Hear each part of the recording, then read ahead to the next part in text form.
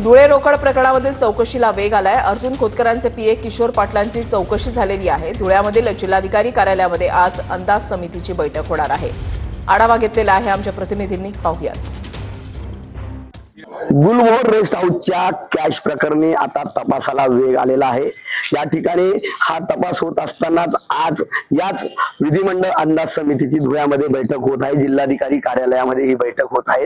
हे जे प्रकरण होतं, या प्रकरणा संबंधी जी काही अंदाज समिती, ती अंदाज समितीच्या सदस्यांसाठी 5 कोटी रुपये आणल्याचा दावा गोटेंकडून करण्यात आला होता आणि त्यानंतर त्या रूमला खोलल्यानंतर त्या ठिकाणी 1,84,84,200 रुपये मिळून आले होते। त्यानंतर या प्रकरणाला आता गती मिळालेली आहे। ज्यांच्यावर आरोप करण्यात आला होता, जे अर्जुन खोतकर आहेत समितीचे अध्यक्ष, हे समितीच्या अध्यक्षांचे जे काय स्वीय सहाय्यक आहेत किशोर पाटील, यांना देखील पोलिसांच्या वतीने चौकशी कामी बोलवण्यात आलं होतं। त्यांचं देखील चौकशी झालेली आहे आणि ही जी